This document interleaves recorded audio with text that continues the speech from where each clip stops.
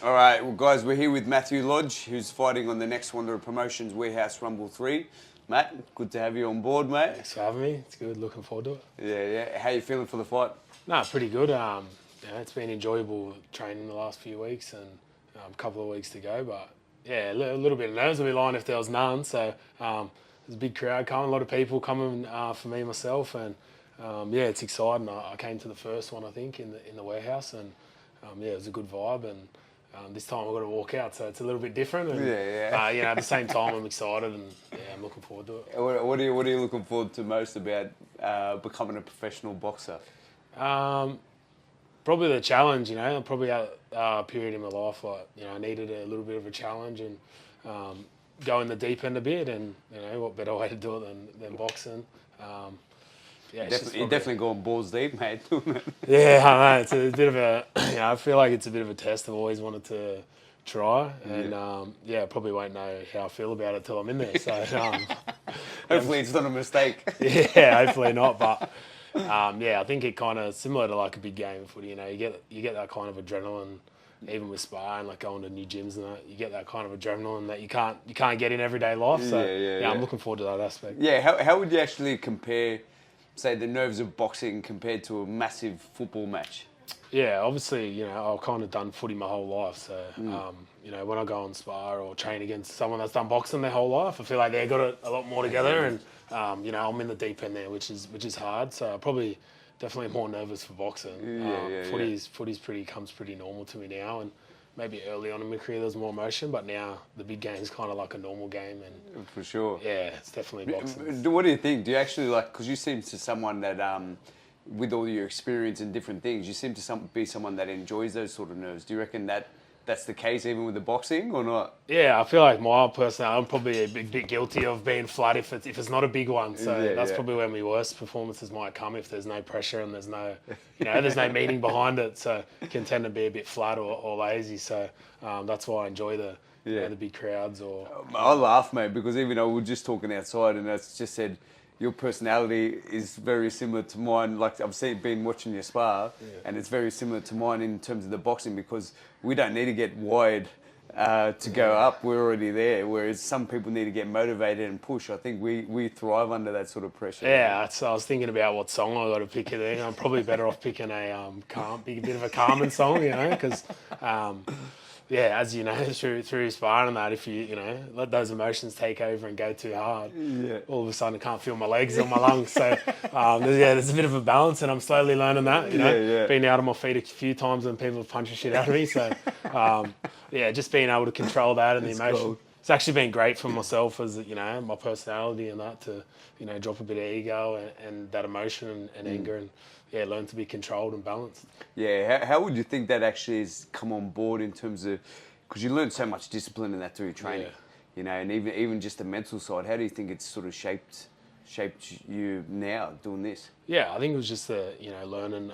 Obviously, naturally, I'm pretty fit kind of person, in the condition and stuff and running, but I think those nerves and emotions showed me how important like breathing and stuff like that is, and the stuff that you probably don't, if you're not a boxing athlete, you probably watch from the sideline, don't realise how important it is. I could probably blow myself out in like 20, 30 seconds if I wanted to, and I'm out on my feet. So being able to control your emotion when you're getting hit or you want to hit and just stay neutral and breathing nice. And, like I said a couple of times, whether you're going fired up or get engaged in that, you can just get yourself tired real quick. So I know the feeling. It doesn't matter how fit you are. Sometimes that when you're engaged in that battle, it doesn't matter how fit you are. You're still going to get those. It's still gassed. You know? But it's a tough sport and tough training. Like I said, I don't really get in that place where we go to inspire and that too often in footy. So for sure. It's a deep. Well, what are you thinking now? Like in terms of your actual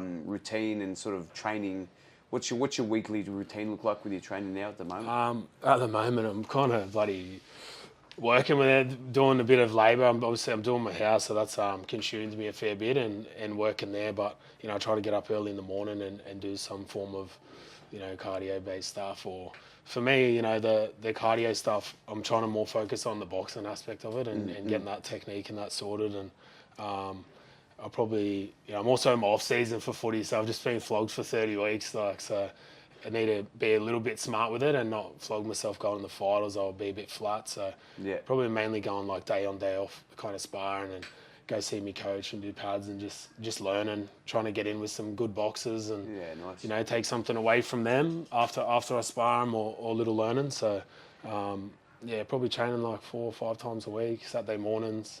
Try to do 3 during the week and. Yeah, just a little bit of running and that as well, but not nice. too much. Yeah.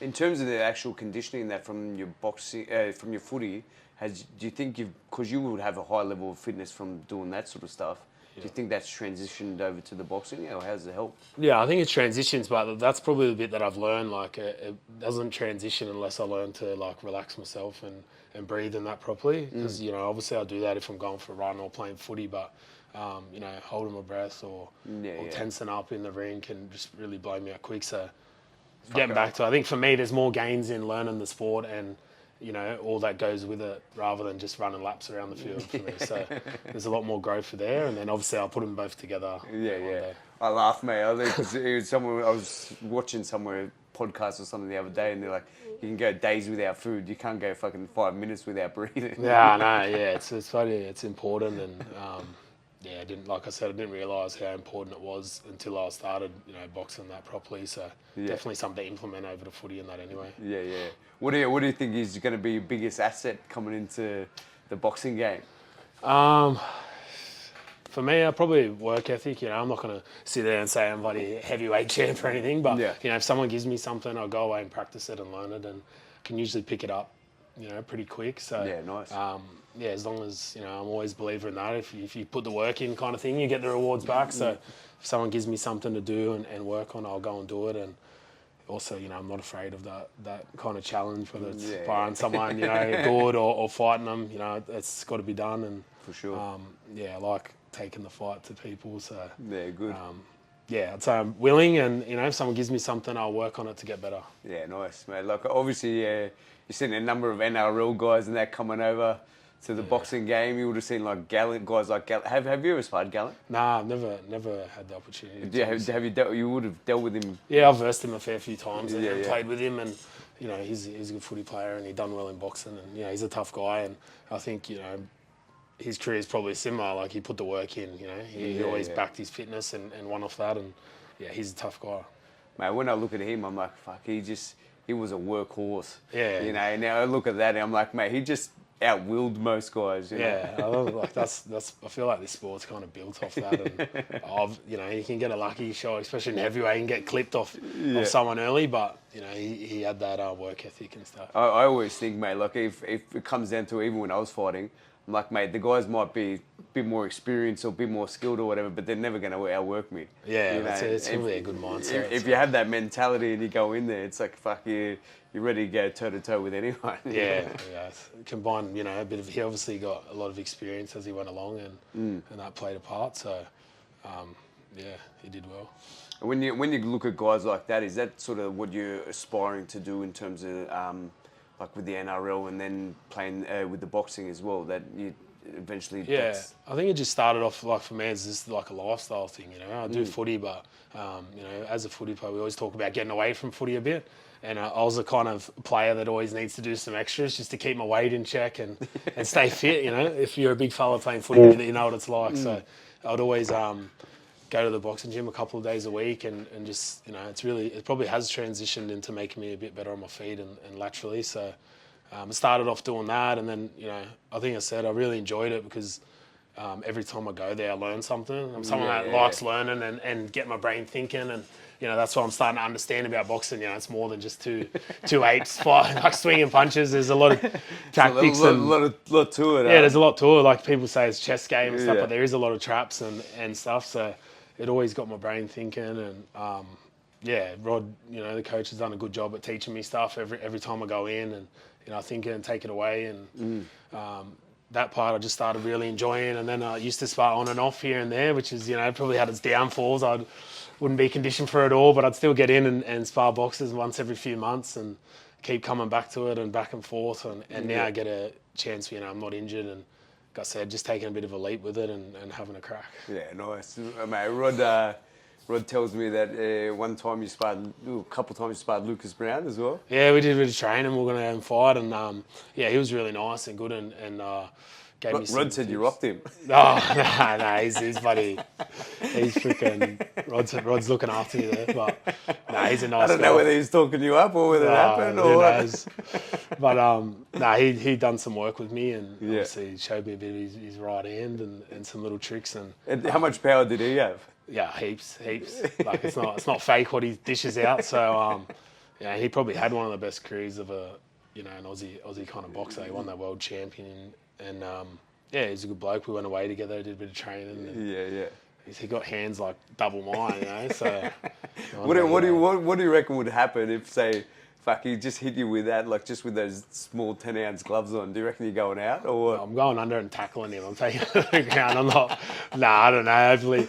But yeah, probably I'm going out. Like I said, those small gloves and a heavyweight and someone he times his shot perfect. Like he's put some good boxes out cold. So, yeah, I'd be out. Mate, I'll look at it and just go like, because even when I was fighting at welterweight, and some of the punches you feel like, I look at guys like Lucas and that, I'm like, fuck, you get copped one of those, just one of the jabs, it's like fucking a big right hand. That's what's that's what probably makes heavyweight a bit more nerve-wracking, but also the reward that, you could be fit as and fighting good, and one gets through and clips you and you're gone. You're so, done. No one understands like the work you've kind of put in. So you are literally pulling it all on the line, but it goes both ways. So 100%. and I guess that's why people like watching big boys. So like they say, mate, you got to risk it to get the biscuit. You got to risk it to get the biscuit. So hopefully get a biscuit. It's good. And then for the next year, what's the sort of like? Because obviously you got to mix in with your footy and everything. Like, do you have a goal of how many fights you want to have? And Yeah, obviously focus on this one, and hopefully can catch up with mates after it and not on the way to hospital. So that's step number one. But yeah, I'd like to keep knocking them out, I guess. See where can kind of get to in 5 fights time, or see if I'm enjoying it. So footy is definitely priority for me, and that puts a roof over my kids' kind of house. Yeah, of course. My kids' family. It puts a roof over them. I'm looking forward to getting back to footy, but like I said, I think they, and a few coaches have understood, they mix in well for me. Like keeps my weight down, keeps me fit, keeps me engaged and moving well. And yeah, it's obviously footy's kind of changed like that too. There's no fighting on the field, and I was always someone who was probably in the thick of it. But like if you look back over the last 5 years, there's just no point. It's a push and shove, and I kind of don't. I did it once maybe for Turbo at the back, but apart from that, I don't think I've even walked anywhere near a push or shove on the field. Just feel like it's a waste of time. it's not worth it. Yeah, it's just probably now that I've got kids and that. So that's a bad example, It's the footy field. It's not a place for fighting. So, Of course, everyone wants to see it, but the footy field's not a place for it, and the ring is. So we'll take it there, I guess. Yeah, good. You got you're saying you got 4 kids. Yeah, I got 4 boys, so that's been a challenge as well, training. How is it training with the? Because mate, when I was training for the boxing, I just go so insular, like block out everything. And trying to combine being a dad, being footy player, being everything. Yeah, that's probably the thing. If it picked up a little bit and we're going right, I'd probably have to go away for a little bit and train, because it's impossible to go all in with the 4 of them there. And my partner does a good job, Jess, of giving me the time. But we've got the house on the go, got the 4 kids there, footy, jumping in the ring. You're the modern day Tyson Fury. The 4 kids, luckily they come down to PCYC Blacktown and sit on the ring. So touch wood. Hopefully I don't get knocked out in sparring in front of them, but I'm taking that risk as well. So they're starting to bloody fight each other in the lounge room. Are any of them, do they want to get into boxing? They do, but I'll probably, I don't know how I'd let them at young, but I let them put the gloves on and fight each other. And yeah, that's another reason why I'm kind of doing the boxing. Sets maybe a good example for them, as we spoke about. I'm from down the road here, and as you know, there's a lot of fights, whether it be in venues back in the day or at schools and stuff like that. And I just think it's a good example for my kids and other kids that, if you're going to, strut around and you want to fight in that you should probably get to the local gym. And that's another reason why I was just stuck at PCYC at Blacktown, because if I can have my fights out of there, I know there's a few kids that have already started coming into training and they can do it. So if how important is it, do you think, that like those younger guys have the role model to look up to and actually say, okay, I want to go down the same path as you? Yeah, well, it's good for me. No mistake, I've done the wrong thing. So But I think it's a great example for him. I'm always thinking of that. Like, I've kind of bounced back from it, and then sitting a bit, like I said, a bit of a flat spot. So I'm like, what can we do now to kind of encourage, the kids? There's a lot of kids that could go off the rails around here. There's some good role models around the area, and I feel like doing the boxing kind of stuff and that shows that, controlled aggression and discipline. And like I said, we've already had a few kids that start and they kind of fall in love with the sport. Just like, I did. Usually people that, can stray away and get in a bit of trouble, they kind of suit, boxing gyms and, whatever it's jiu-jitsu or whatever. The combat sport really is a good tool for them to stay disciplined and, give them something to do. Yeah, for sure. I think especially this day and age, I think it's so important for the kids to actually have something where they can go in an outlet almost, where they can just go release some of that, not aggression, but it's just teaches them discipline, teach them that sort of stuff that really is getting forgotten this day and age. Yeah, and I think when you're not in a boxing gym, it can be an intimidating place to walk into. But once you get in there, everyone's they're really nice people and they're highly driven and disciplined. Otherwise, they wouldn't be in the sport. So it's a good place to send a kid or your own kid or like you said, and there's no room for that kind of aggression and ego. Once you get with a good coach, they won't let you do it, or you'll get dropped down real quick. Yeah. I remember because obviously you've had your different trials and that throughout your career earlier on. Even when you just mentioned about the mistake, you've bounced back amazingly since then. What's that whole journey been like in that process? Yeah, it's been long. I think I'm 29 now. So how old were you when it actually happened? 19. Just turned 19, so it's nearly 10 years. So, it's obviously, it has hampered my whole career a lot as well. I've had times when I've nearly done, footy deals with clubs and then a sponsor jumps in and says, nah, if you sign him, we're out kind of thing. And, and it's followed my whole career, which is, one, I guess, negative to it. I can't erase it, but, I've also managed to forge out a career and got to provide a house for the kids and, I've had a good life out of it. So, I take the good with the bad from it, and it was a tough road back. I think it took 3 or 4 years, and how long were you out of the game?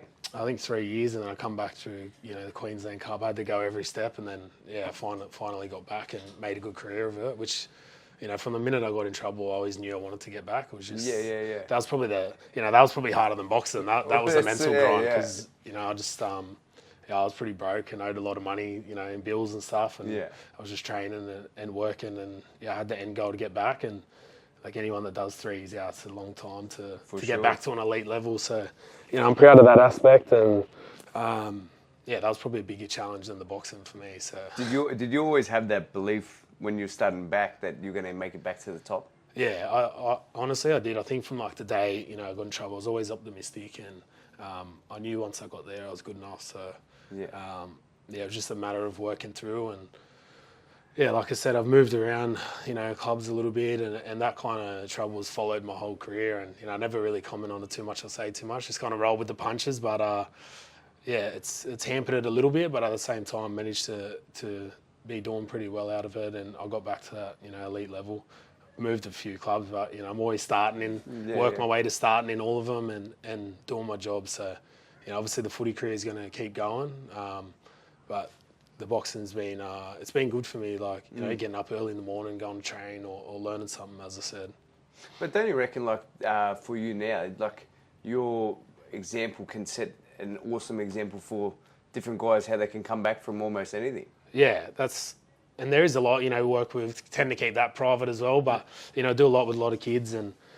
Especially being a dad now, you never know what your kid's going to be like. So hopefully mine are sweet, but keep them on the straight and narrow. Yeah, but you don't. There's a lot of people that they do everything right as a parent, but their kid just strays off for a little bit and they come back. But they're the type of people that give me the time of the day. If it was their kid, do you want to just put a red pen for them and banish them forever? Probably not. It's not the best thing. So. I'm a big advocate for, giving people a chance as long as they want to put the work in. That's what I always say. For sure. To a young fella, if they want to do it and, you set them a few simple tasks. We sat with a young fella the other week and I was like, he was just going off the rails like, can you go for a run 3 times a week or go to a boxing gym twice or jiu-jitsu? And if you can't do that, I'm not going to help you. Yeah, good on you. Yeah, you need them to kind of buy in. Buy into it. Yeah. Mate, I look at it and I'm like, I look at any guy our age, like say any 30-year-old, any 30-plus-year-old, they're going to look around and there's going to be different things in their life. You're like, fuck, I regret that. Yeah. You know what I mean? Like you cannot, if you live long enough, there's no way that you wouldn't have a different situations where you're like, fuck, I didn't wish that didn't happen, or I wish I didn't do that, or whatever. I always think it's how you react after that, or how you come back from that, which is the thing that makes a difference. Yeah, and obviously for me, I always believe, I know I'm a good person. I'll probably abuse the substances a bit too much. That's what, and I was a different person when I did. So Yeah. I'd always wake up, and it's not like I was waking up thinking, that was mad or I'd done a good thing. Like I was waking up like distraught, anxiety just at the time, like the whole night's a blackout and I don't know what happened. So, I pushed that a fair bit, There's nothing wrong with having a beer, like all my mates do, my family, but just knowing if you're that type of person that blacks out on that, having a good crew around you or just learning how to minimise the risks a little bit, like, because that's probably one of the most scariest feelings. You wake up and you're handcuffed or something, like you don't know what's happened. That's kind of what happened to me. But it's funny, but it's fucking sounds like what's the movie with Wedding Crashers or whatever? Yeah, like and that's it's very easy for someone 16 to 20. Your brain's not really developed till you're 25. So yeah, of course. Yeah. And then obviously you are doing. I know you don't talk about it too much, but you're doing a lot of great work with a lot of the youth coming up and also giving back. And I guess that's a big thing why I wanted to make sure that when we partnered that we were doing it it's like mutually beneficial. Like, like I look at what you do with your younger guys and that, and it's a lot of what I want to do with the young guys coming through the boxing. How do you find that process of giving back and sort of what are you involved in at the moment? Yeah, well, first of all, for the boxing stuff, like I said, make no mistake that, like, we're here to help the younger boxers and that. Obviously, fill the room, fill the thing, get them some exposure and get some money in the sport, I guess, for them and a platform. And like I said, I came to the first show and, I know the morals and values and what you want to do as a company, and everything's clean about it. And that's why, you're trying to make it's a family venue. You want to make a family event. And, that's why I decided to just, jump on with you for a start. And the other part of it is, I guess, with my or anyone else that does it from footy, with the name. And I guess we bring a different crowd. Different people want to watch us than boxers. So that's our job, I guess, on the card to, bring some eyes to the sport, show people that it's a, friendly, clean environment and it's a good night out. I've got a whole bus of people coming from over my way that, they probably wouldn't usually come to a boxing event or all the family and friends are. So, first and foremost, that's good for the show and, get some eyes on some of the young kids and that work their ass off to be a boxer. Yeah. So, and hopefully, I think Gal did a good job of that. He was always on one of the cards and coincidentally the card elevated. So, for sure. I think it's a bit of a partnership, like making no mistake that, there's boxers out there that have been doing it their whole life and that's their thing and they're better. But now I look at what Gao did even with Tim Tszyu, because he was the one bringing the crowd for Tim Tszyu early on, and then Tim Tszyu was elevated, and then took over.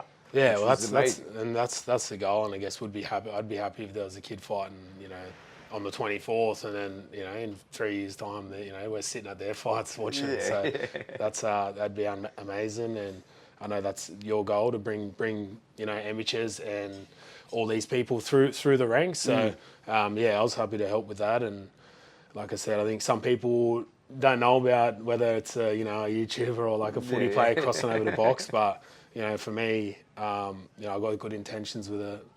Putting in the work, and I just don't want to go out there and make it a circus act. So hopefully box to a decent level, and just got good intentions. I'm doing the work. I'm going in and getting punched during the week and going home sore. So I'm happy to be an addition to the card and hopefully grow up bigger and bigger from here. Yeah, mate. I laugh because like a lot of people there's a lot of skeptics, and obviously because different people have come in, they say, I'm going to be a boxer, but then they're not trained, they're not serious about it. But I look at you and I'm like, no, he's actually genuine. He actually wants to do this and he's putting in the work and making it happen. Like, I've known Rodney, who you're training with now, for many, many years, and then I've seen you train a long time with him, and I think it's great that you're actually making it happen, so it's cool. Yeah, that's probably a bit to the personality thing. Like whatever I do, kind of a bit of an ADHD thing probably. But if I'm going to do it, I usually go all in. So I wouldn't just walk in there, like I said, for an act and get a quick payday. Train for it and enjoy it first and foremost. I wouldn't do it if I didn't enjoy it. So, and I feel like it's a good lesson for the kids. You know, if you're going to do something, you got to Go all the way. You got to go work hard at least. You know, a young fella played soccer the other day and he couldn't kick a goal. And then I said, mate, you can't just expect to go every Wednesday and kick a goal. Like you got to practice, as you know. So that's what I like to kind of try and install in them. And I guess I'm doing it by example now. Yeah, good. If you had to say something to people that what to expect from you in your boxing career, what would you say? Entertainment, probably. Yeah. I'm getting knocked out or knocking someone out, I'd say. But obviously, I'd probably be a little bit shocked that I do know how to box a little bit. So but hopefully, like I said, if someone's always had that philosophy, if someone's coming to pay their money to watch the fight, make it worthwhile. Give them something to watch, and it's an entertainment business, I guess, at this level, and for myself. So. Yeah, mad. Enjoy. Well, mate, we're looking forward to having you on, and can't wait to see what the future brings for you with your boxing. I appreciate it, and it'd be good to see a full venue here. And like I said, I've said I'm going to do it now. So it's like if I say I'm going to come off the back fence in footy, sometimes I'm thinking about not doing it, but I've got to do it because I said it. So we'll come in hard on November 24th. Yeah, beautiful. All right, thanks, mate. Cheers.